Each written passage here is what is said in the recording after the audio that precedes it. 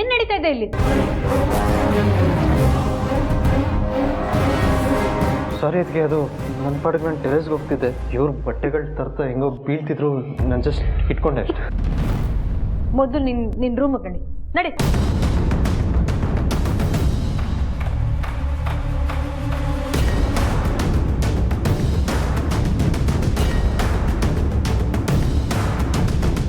ನೀನ್ ಯಾಕೆ ಟೆರೆಸ್ಗೆ ಹೋಗಿದ್ದೆ?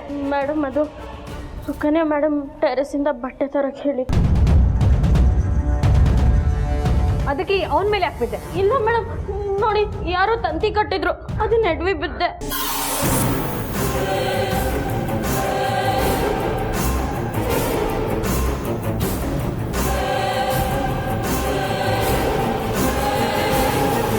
ಹೋಗು ಮೇಡಮ್ ಬಟ್ಟೆ.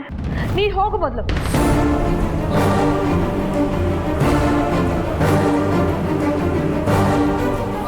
ನೀವೆಲ್ಲ ಬನ್ನಿ, ಮಾತಾಡ್ಬೇಕು. ಅಯ್ಯೋ, ನಾನೇನು ಮಾಡಲಿಲ್ಲಮ್ಮ. ನಾನು ಇವರಿಬ್ಬರಿಗೆ ಬೇಡ ಬೇಡ ಅಂದೆ, ಕೇಳಲೇ ಇಲ್ಲ ಮಾತು.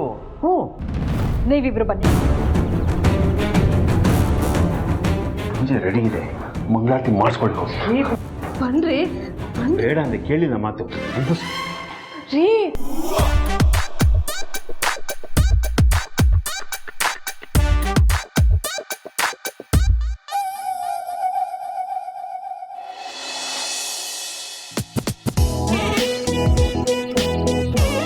ಜಾನು, ಅರೆ ವಾಟ್ ಇಸ್ ದಿಸ್? ಏನಿದು? ಆ ಡ್ರೆಸ್ಸಿಗೆ ವೇಲಿತ್ತ? ಎಲ್ಲಿ ನೋಡೋಣ. ಅಲ್ಲ, ಅದು ಫಸ್ಟ್ ಟೈಮ್ ಈ ಥರ ಬಟ್ಟೆ ಹಾಕೋತಿದ್ದೀನಲ್ಲ, ನಾಚಿಕೆ ಆಗ್ತಿದೆ. ಓ ಕಮ್ ಆನ್ ಜಾನು, ನೀನ್ ಈ ರೀತಿ ನಾಚ್ಕೊಂಡ್ರೆ ದೊಡ್ಡ ಹೀರೋಯಿನ್ ಹೇಗಾಗ್ತೀಯಾ? ಹಾ, ತೆಗಿಯೋದನ್ನ. Let's remove this. ಬೇಡ, ನಾನೇ ತೆಗಿತೀನಿ. ಓಕೆ.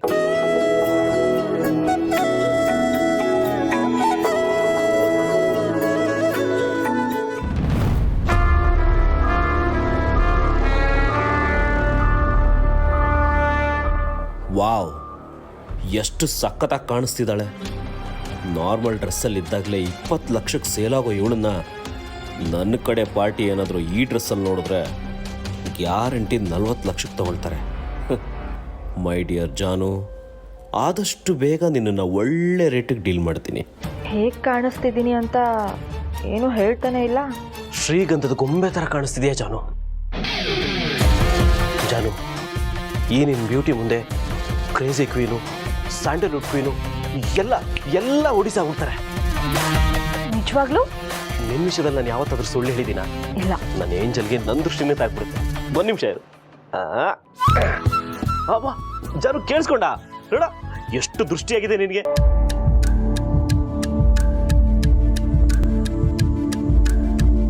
ಐ ಲವ್ ಯು ಜಾನು. I love you too Arvind. ಇಲ್ಲಿಗೆ ಸಾಕು, ನನಗೆ ತುಂಬಾ ನಿದ್ದೆ ಬರ್ತಿದೆ, ನಾನು ಮಲ್ಕೋಬೇಕು. ನೀವು ಹೋಗಿ ಮಲ್ಕೊಳ್ಳಿ. Good night. ಹಾಗಲ್ಲ ಜಾನು, ಒಂದು ನಿಮಿಷ.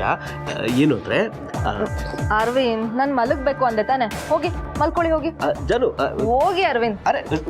ಅರೆ ಜಾನು, ಒಂದು ನಿಮಿಷ. ಏನ್ ಚಿಕ್ಕತ್ತೆ ನೀವು? ಇಷ್ಟು ವಯಸ್ಸಾದ್ರೂ ನಿಮಗೆ ಬುದ್ಧಿನೇ ಬಂದಿಲ್ವಾ? ಮನೇಲಿ ಒಂದು ಸಣ್ಣ ಜವಾಬ್ದಾರಿ ಕೊಟ್ರು ಅದನ್ನ ಸರಿಯಾಗಿ ನಿಭಾಯಿಸಕ್ ಬರಲ್ವಲ್ಲ? ಇನ್ನೇನಾದ್ರೂ ದೊಡ್ಡ ದೊಡ್ಡ ಕೆಲಸಗಳು ಹೇಳಿದ್ರೆ ಇನ್ನೇನ್ ಮಾಡ್ತಿದ್ರೋ ಏನೋ. ಸೌಂದರ್ಯ, ಅವಳು ನಿನ್ನ ಮೇಲೆ ಬಿದ್ದು ನಿನಗೆ ಕೋಪ ಬಂದು ನೀನಾಗಿ ಅವಳನ್ನ ಮನೆಯಿಂದ ಹೊರಗಾಕ್ತಿ ಅಂತ ಹಾಗೆ ಮಾಡಿದೆ. ವಾಟ್? ಆ ಕೆಲಸದವನ್ನ ನನ್ನ ಮೈ ಮೇಲೆ ಬೀಳ್ಸೋ ಹಾಗೆ ಮಾಡ್ಬೇಕು ಅನ್ಕೊಂಡ್ರ? ನಿಮಗೊಂಚೂರು ಕಾಮನ್ ಸೆನ್ಸ್ ಅನ್ನೋದೇ ಇಲ್ಲ. ಇನ್ನೊಂದ್ಸತಿ ಈ ತರ ಏನಾದ್ರು ಮಾಡಿದ್ರೆ ನಾನು ಏನ್ ಮಾಡ್ತೀನೋ ನನಗೆ ಗೊತ್ತಿಲ್ಲ. ಸಾರಿ ಸೌಂದರ್ಯ. ಇನ್ನು ಮೇಲೆ ನಿಮ್ಗೆ ಯಾವ ಜವಾಬ್ದಾರಿನೂ ಕೊಡಲ್ಲ, ಮನೇಲಿ ಯಾವ ಕೆಲ್ಸನೂ ಹೇಳಲ್ಲ. ನಿಮ್ ಪಾಡಿಗೆ ನೀವು ಇದ್ಬಿಡಿ. ಮನೆ ಕೆಲ್ಸದವಳನ್ನ ಈ ಮನೆಯಿಂದ ಹೇಗೆ ಹೊರಗೆ ಹಾಕ್ಬೇಕು ಅನ್ನೋದನ್ನ ನಾನೇ ಯೋಚನೆ ಮಾಡ್ತೇನೆ.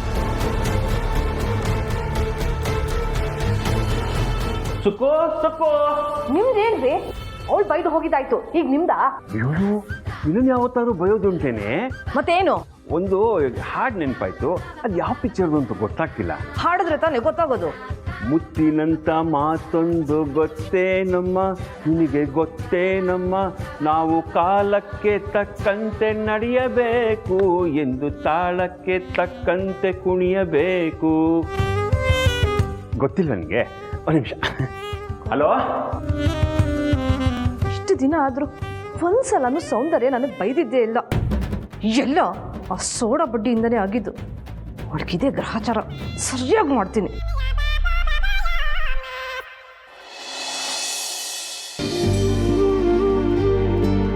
ದೀಪಾ,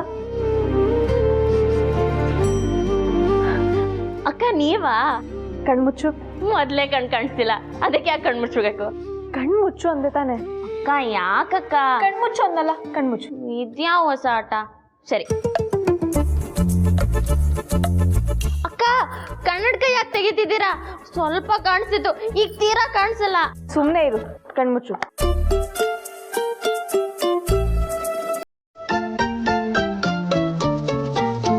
ಯಾಕೆ ಕನ್ನಡಕ ತೆಗ್ದು ಹಾಕಿ ಮಾಡ್ತಿದ್ದೀರಾ? ಬಿಡು.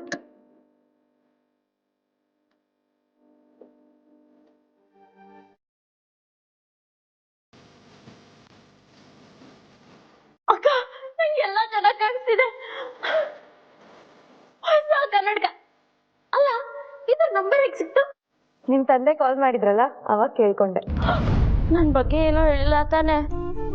ಗಾಬರಿ ಆಗ್ಬೇಡ, ಏನು ಹೇಳಿಲ್ಲ. ಈಗ ಸಮಾಧಾನ ಆಯ್ತು. ಅಲ್ಲ ಅಕ್ಕ, ನಂಗೊಂದ್ ಮಾತು ಹೇಳ್ದೆ ಹೊಸ ಕನ್ನಡಕ ತಂದ್ಕೊಟ್ರಲ್ವಾ, ಅದೇನೋ ಪ್ರೈಜು ಅಂತಾರಲ್ವಾ, ಅದಾ? ಸರ್ಪ್ರೈಸ್ ಕೊಡಕ್ಕೆ. ಹಾ, ಅದೇ ಅದೇ. ಮತ್ತಿನ್ನೇನು, ಎಷ್ಟು ದಿನ ಅಂತ ಈ ಹಾಳಾಗಿರೋ ಕನ್ನಡಕನೇ ಹಾಕೊಂಡಿರ್ತೀಯ, ಅದಕ್ಕೆ ಹೊಸ ಕನ್ನಡಕ ತಂದಿದ್ದು. ಈ ಮನೇಲಿ ನನ್ನ ಕಷ್ಟ ಅರ್ಥ ಮಾಡ್ಕೊಳ್ಳೋರು ಅಂದ್ರೆ ನೀವೊಬ್ರೆ. ನೀನ್ ಖುಷಿ ಆಗಿದ್ರೆ ನನಗೂ ಖುಷಿನೇ.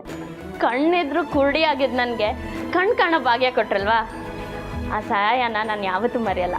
ಅಯ್ಯೋ, ಅದಕ್ಕೆ ಯಾಕೆ ಇಷ್ಟು ದೊಡ್ಡ ದೊಡ್ಡ ಮಾತೆಲ್ಲ ಆಡ್ತಿದ್ಯಾ? ನನಗೆ ತಂಗಿ ಇದ್ದಿದ್ದು, ಅವಳಿಗೆ ಈ ಥರ ಆಗಿದ್ರೆ ನಾನು ಕನ್ನಡಕ ತಗೊಂಡು ನಾನು ಕೊಡ್ತಿದ್ದೆ ತಾನೆ. ನೀನು ನನ್ನ ತಂಗಿ ಥರನೇ.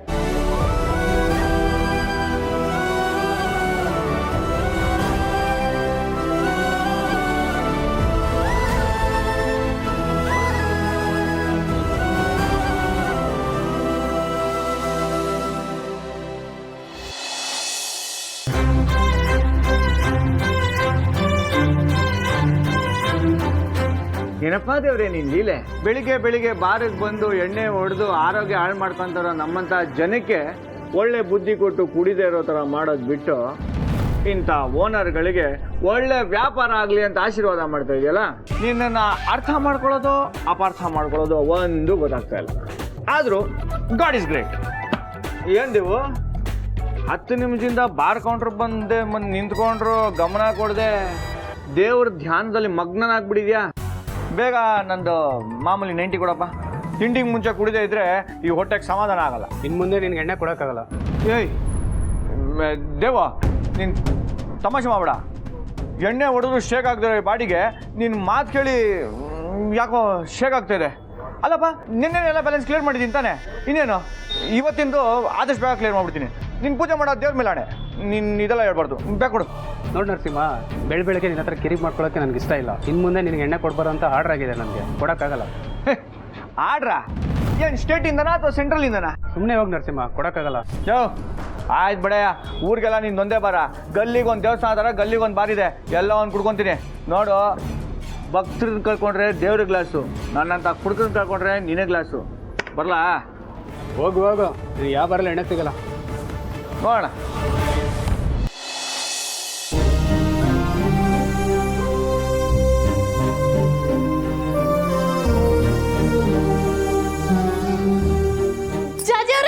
ಜಾಜಿ ಅವ್ರೆ ನೋಡಿ, ಅರ್ಚನಾ ಅಕ್ಕನಿಗೆ ಹೊಸ ಕನ್ನಡಕ ತಂದ್ಕೊಟ್ರು ನೋಡಿ, ಹೆಂಗಿದೆ? ಚೆನ್ನಾಗಿದೆ.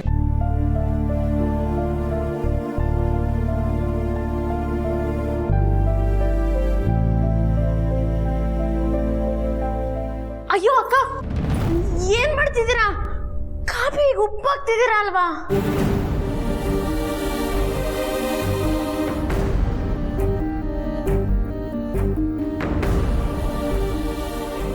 ಜಾಜಿಯವ್ರೆ, ಯಾಕೋ ನಂಗೆ ಅನಿಸ್ತಿದೆ ನಿಮ್ಮ ಗಮನ ಇಲ್ಲಿಲ್ಲ ಅಂತ. ಏನಾಯ್ತು? ಚಿಕ್ಕದ್ರಿಂದ ನನ್ನ ಸಾಕಿ ಬೆಳೆಸಿದ್ದು ನನ್ನ ಅಕ್ಕ ಬಾವ. ಆದರೆ ನನ್ನ ಬಾವ ಈಗ ಪಾರ್ಶ್ವವಾಯುವಿಂದ ಹಾಸಿಗೆ ಹಿಡ್ದಿದ್ದಾರೆ. ಟ್ರೀಟ್ಮೆಂಟ್ಗೆ ಏನಂದ್ರೂ 5-6 ಲಕ್ಷ ಬೇಕಾಗುತ್ತಂತೆ. ಅದಕ್ಕೆ ದುಡ್ಡಿನ ಬಗ್ಗೆ ಸ್ವಲ್ಪ ತಲೆ ಕೆಡಿಸ್ಕೊಂಡಿದ್ದೀನಿ ಅಷ್ಟೇ. ಅಕ್ಕ, ಕಷ್ಟ ಹೇಳಿ ಕೇಳಿ ಬರಲ್ಲ. ಇವತ್ತು ನಿಮ್ಮ ಜೀವನದಲ್ಲಿ ಬಂದಿದೆ, ಅದಕ್ಕೆ ಹೆದರಬಾರ್ದು, ಅದನ್ನ ಧೈರ್ಯವಾಗಿ ಎದುರಿಸ್ಬೇಕು. ಅಕ್ಕ, ನನ್ನ ಹತ್ರ ಮದುವೆಯಲ್ಲಿ ಕೊಟ್ಟಿರೋ ಒಂದು ಸ್ವಲ್ಪ ಒಡವೆಗಳಿದೆ, ಅದನ್ನು ಮಾರಿ ನಿಮ್ಮ ಭಾವಂಗೆ ಚಿಕಿತ್ಸೆ ಕೊಡ್ಬೋದು. ನೀವ್ಯಾರೋ ನಾನು ಯಾರೋ, ಆದರೂ ನೀವು ನನಗೆ ಸಹಾಯ ಮಾಡೋದಕ್ಕೆ ಹೊರಟಿದ್ದೀರಾ. ಅದು ನಿಮ್ಮ ದೊಡ್ಡ ಗುಣ. ನಿಮ್ಮ ಗುಣನ ಈ ರೀತಿ ಬಳಸ್ಕೊಳ್ಳೋದಕ್ಕೆ ನನಗಿಷ್ಟ ಇಲ್ಲ. ನಿಮ್ಮದೇನೆ ಆಸೆ ಒತ್ಕೊಳ್ಳುವಷ್ಟು ಸಮಸ್ಯೆ ಇದೆ. ಕಷ್ಟ ಇದ್ದಾಗ ಯಾರಿಗೆ ಸಹಾಯ ಮಾಡಿದ್ರೆ ಏನು?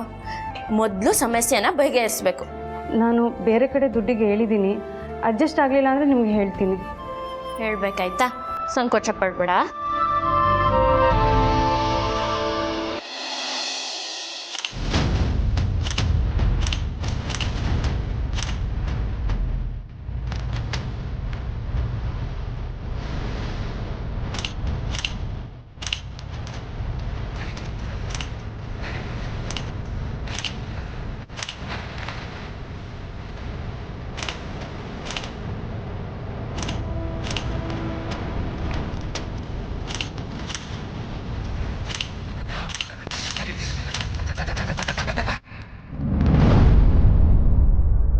ಮಗ ಎಲ್ಲ ಎಣ್ಣೆ ಬರಲಿಲ್ಲ. ನಿನ್ನ ಫ್ರೆಂಡ್ ಅಲ್ಲಪ್ಪ ನಾನು ತಕಂದ್ರೆ ನೀನು ಕೊಡ್ತೀನಿ ಅಂತ ಯಾವ ಬರೋಳು ಎಣ್ಣೆನ ಕೊಡಿಲ್ಲ ಮಗ. ಇದೊಳ್ಳೆ ಕತೆ ಆಯ್ತಲ್ಲ ಸಂದೀಪ. ಊರಿಂದ ಬಹಿಷ್ಕಾರ ಹಾಕೋದು ಕೇಳಿದ್ದೀನಿ, ಇದ್ಯಾವುದೋ ಬಾರಿಂದ ಬಹಿಷ್ಕಾರ ಹಾಕೋದು. ನಾನಂತೂ ಯಾವ ಬಾರಲ್ಲೂ ಬ್ಯಾಲೆನ್ಸ್ ಇಟ್ಟಿಲ್ಲಪ್ಪ. ಅದರಲ್ಲೂ ಟಿಪ್ಸ್ ಎಲ್ಲ ಸೇರ್ಸೇ ಕೊಟ್ಟಿದ್ದೀನಿ. ಅಂಥದ್ರಲ್ಲಿ ಎಲ್ಲರೂ ಸರಿ ನನ್ನೇ ಟಾರ್ಗೆಟ್ ಮಾಡ್ತಾವ್ರಲ್ಲ. ಅದೇನೋ ಮೇಲಿಂದ ಆರ್ಡರ್ ಆಗಿದೆ ಅಂತ ಪುಂಗಿ ಊದ್ತಾವ್ರೆ. ನನಗೆ ಎಣ್ಣೆ ಕೊಡಬೇಡಿ ಅಂತ ಯಾರು ಪುಂಗಿ ಊದವ್ರು ಅಂತಾನೆ ಗೊತ್ತಾಗ್ತಾ ಇಲ್ವಲ್ಲ. ಬೇರೆ ಯಾರು ಇಲ್ಲ ಕಣಪ್ಪ, ಆ SI ನಾಗರಾಜ್ ಮಗಳು ಸಂಜನಾನೇ. ಆ SI ನಾಗರಾಜ ಊರಲ್ಲಿರೋ ಬಾರ್ ಓನರ್ಗಳಿಗೆಲ್ಲ ಕಾಲ್ ಮಾಡಿ ನಿನಗೆ ಎಣ್ಣೆ ಕೊಡ್ಬಾರ್ದು ಅಂತ ಆರ್ಡರ್ ಮಾಡವನೆ. ಇದನ್ನೆಲ್ಲ ಮಾಡಿಸಿರೋದು ಸಂಜನಾ. ಓಹೋ ಬೇಬಿ, ನೈಸ್. ನನ್ನ ಆರೋಗ್ಯ ಹಾಳಾಗಬಾರ್ದು ಅಂದ್ಬಿಟ್ಟು ಇಷ್ಟೆಲ್ಲ ಕೇಳ್ತಾ ಗೊತ್ತಾ ಇದೆಯಾ? ನನ್ನ ಕಿಡ್ನಿ ಡ್ಯಾಮೇಜ್ ಆಗಬಾರ್ದು, ಲಿವರು ಹಾಳಾಗಬಾರ್ದು ಅಂತ ನನ್ನೇ ಬಾರಿಂದನೇ ಬಹಿಷ್ಕಾರ ಹಾಕ್ಸ್ಬಿಟ್ಟಿದ್ಯಾ. ನೈಸ್. ನಿನ್ನ ಜೊತೆ ಹೇಗೆ ಡೀಲ್ ಮಾಡಬೇಕಂತ ನನಗೆ ಚೆನ್ನಾಗಿ ಗೊತ್ತಿದೆ. ಈಗೇನಪ್ಪ ಮಾಡ್ತೀಯಾ? ಸಂದೀಪ, ನಾನು ಒಂದ್ಸಲ ಕಮಿಟ್ ಆದರೆ ನನ್ನ ಮಾತು ನಾನೇ ಕೇಳಲ್ಲ ಅನ್ನೋದೊಳಗೆ ಚೆನ್ನಾಗಿ ಗೊತ್ತಿದೆ. ಆದರೂ ಈ ನೌಟಂಕಿ ಆಟಗಳು ಆಡ್ತಾ ಇದ್ದಾಳೆ ಅಂದಮೇಲೆ ಅವಳು ಕೊಬ್ಬು ಕರೆಸಲೇಬೇಕು. ಹುಷಾರ್ ಕಣೋ, ಅವಳು SI ನಾಗರಾಜ್ ಮಗಳು. ನಾಳೆ ದಿನ ನಿಂಗೇನಾದ್ರು ಹೆಚ್ಚು ಕಮ್ಮಿ ಆದ್ರೆ ಏನು ಮಾಡ್ತೀಯಾ? ಲವ್ ದಂಡಿಗೆದಿರಲಿಲ್ಲ, ದಾಳಿಗೆದಿರಲಿಲ್ಲ. ಆಫ್ಟರ್ ಆಲ್ SI ಮಗಳು ಅಮೂಲ್ ಬೇಬಿಗೆ ಎದುರ್ತೀನ? ಚಾನ್ಸೇ ಇಲ್ಲ. ಈ ನರಸಿಂಹಂಗೆ ಏನಿದ್ರು ಕೊಡೋದು ಗೊತ್ತು, ತಗೊಳ್ಳೋದು ಗೊತ್ತಿಲ್ಲ. ಬೇಬಿ ಇದೆ ಕಣೆ.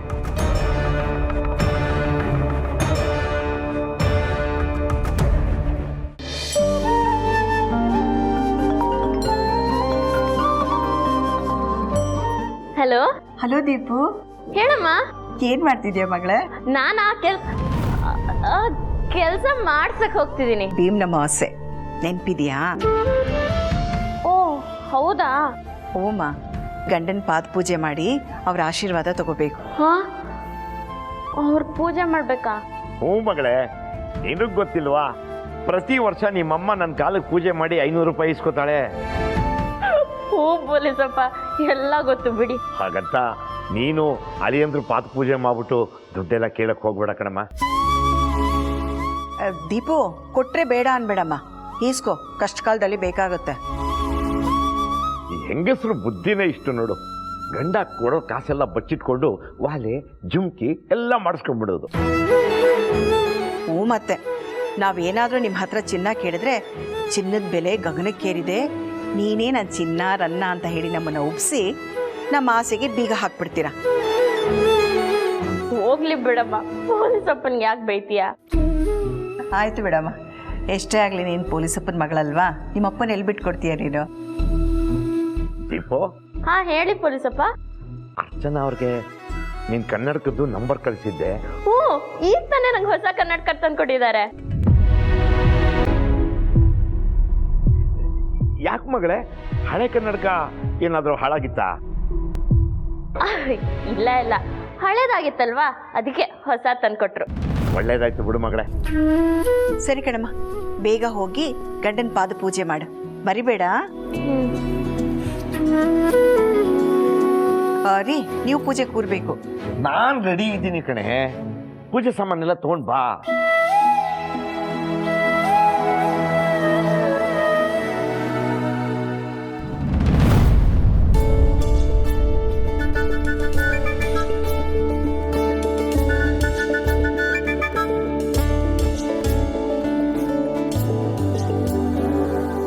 ಇದೇನತ್ಗೆ ಅಣ್ಣನ ಕಾಲಿ ಪೂಜೆ ಮಾಡ್ತಾ ಇದೀಯಾ?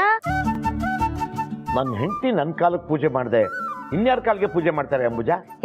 ಅದ್ ಗೊತ್ತಣ್ಣ, ಏನ್ ವಿಶೇಷ ಅಂತ ಕೇಳ್ದೆ. ಇವತ್ತು ಭೀಮ್ನ ಅಮಾವಾಸ್ಯೆ, ನಿನಗೆ ಗೊತ್ತಿಲ್ವೇನೆ? ಹೌದಲ್ವಾ? ನೀವು ಮಾತ್ರ ಪ್ರತಿ ವರ್ಷ ಮರೀದೆ ಈ ಪೂಜೆ ಮಾಡ್ತೀರಾ ಅಲ್ವಾ ಅದ್ಗೆ? ಹೌದು, ನಾನು ಇವರನ್ನ ಮದುವೆ ಆಗಿ ಇಷ್ಟು ವರ್ಷ ಆದರೂ ಒಂದ್ಸಲನೂ ಈ ಭಾಗ್ಯನ ಕಳ್ಕೊಂಡಿಲ್ಲ. ಏನು ಭಾಗ್ಯನಾ? ಕಾಲಕ್ಕೆ ಚಕ್ರ ಕಟ್ಕೊಂಡು ವರ್ಷ ಪೂರ್ತಿ ಹೆಂಡತಿ ಮಕ್ಳಿಗೋಸ್ಕರ ದುಡಿತಾರಲ್ಲ, ಈ ನನ್ನ ಯಜಮಾನನ ಕಾಲಿಗೆ ಇನ್ನೂ ಹೆಚ್ಚಿಗೆ ಶಕ್ತಿ ಸಿಗಲಿ ಅಂತ ಪ್ರೀತಿಯಿಂದ ಭಕ್ತಿಯಿಂದ ಪೂಜೆ ಮಾಡ್ತೀನಿ. ಆಹಾ, ಎಂಥ ಒಳ್ಳೆ ಮಾತು ಹೇಳಿದ್ರಿ ಅತ್ಗೆ. ಹಾಗಾದ್ರೆ ನಾನು ಈಗಲೇ ಹೋಗಿ ನನ್ನ ಗಂಡನಿಗೆ ಪಾಕ್ ಪೂಜೆ ಮಾಡ್ತೀನಿ. ಹೇಗೆ ಮಾಡ್ತೀಯಾ? ನಿನ್ನ ಗಂಡ ಇರೋದು ದುಬೈನಲ್ಲಿ, ನೀನಿಲ್ಲಿ, ಹೇಗೆ? ನಾವಿಬ್ರು ದೂರ ದೂರ ಇದ್ರೇನು? ಪ್ರೀತಿ ಮಾಡಕ್ ಬೇಕಾಗಿರೋದು ಮನ್ಸು, ಪೂಜೆ ಮಾಡಕ್ ಬೇಕಾಗಿರೋದು ಭಕ್ತಿ. ನಾನು ನನ್ನ ಗಂಡನ್ಗೆ ವಿಡಿಯೋ ಕಾಲ್ ಮಾಡಿ ಮೊಬೈಲಲ್ಲೇ ಪಾಕ್ ಪೂಜೆ ಮಾಡ್ತೀನಿ.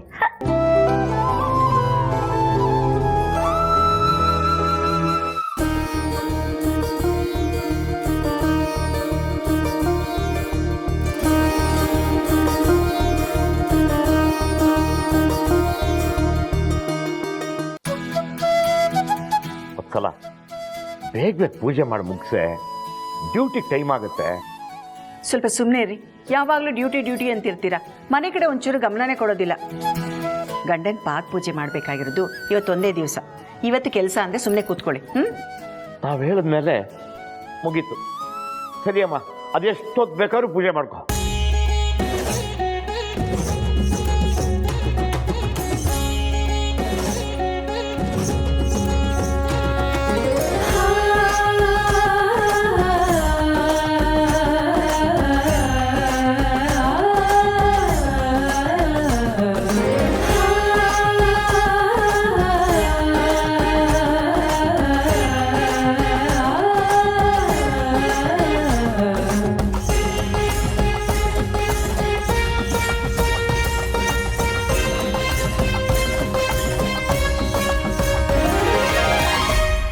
ದೀರ್ಘ ಸುಮಂಗಲಿ ಭವ.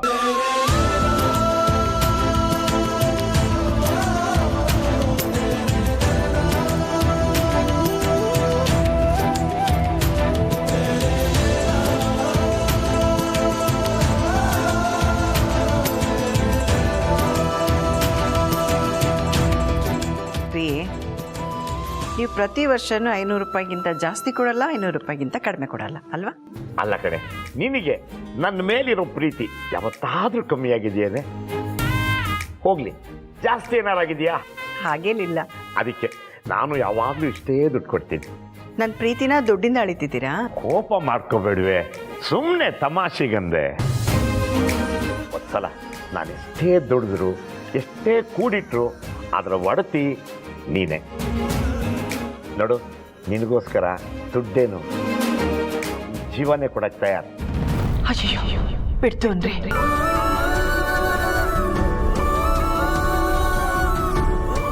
ಹಬ್ಬದ ದಿವಸ ಯಾರಾದರೂ ಈ ಥರ ಮಾತಾಡ್ತಾರೇನ್ರಿ? ಆಯ್ತು ಕಣೆ, ನೀನು ನನ್ನ ಜೊತೆ ಇರೋವರೆಗೂ ನನಗೇನು ಆಗಲ್ಲ ಬಿಡು. ತಿಂಡಿ ರೆಡಿ ಮಾಡು, ಡ್ಯೂಟಿಗೆ ಹೋಗಬೇಕು. ಯೂನಿಫಾರ್ಮ್ ಹಾಕೊಂಡ್ಬರ್ತೀನಿ. ಸರಿ.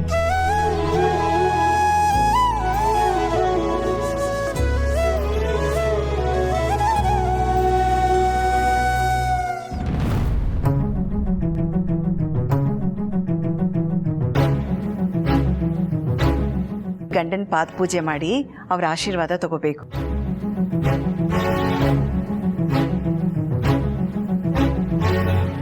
ಅಯ್ಯೋ ಗಣೇಶ, ಇವ್ರು ನನ್ನ ಮುಖನೇ ನೋಡಲ್ಲ ಅಂತಾರೆ. ಅಂಥದ್ರಲ್ಲಿ ಇವ್ರ ಕಾಲಿಗೆ ಹೇಗಪ್ಪ ಪೂಜೆ ಮಾಡೋದು? ಈಗ ಅವ್ರ ಕೆಲ್ಸಕ್ಕೆ ಬೇರೆ ಹೊಟ್ಟೋಗ್ತಾರೆ, ಏನು ಮಾಡಲಿ? ಹೇಳ್ದೆ ತಾನೇ ರೂಮಿಗೆ ಬರಬೇಡಿ ಅಂತ. ಪದೇ ಪದೇ ಯಾಕೆ ಬಂದು ನಂಗೆ ಇರಿಟೇಟ್ ಮಾಡ್ತಾ ಇದ್ದೀರಾ?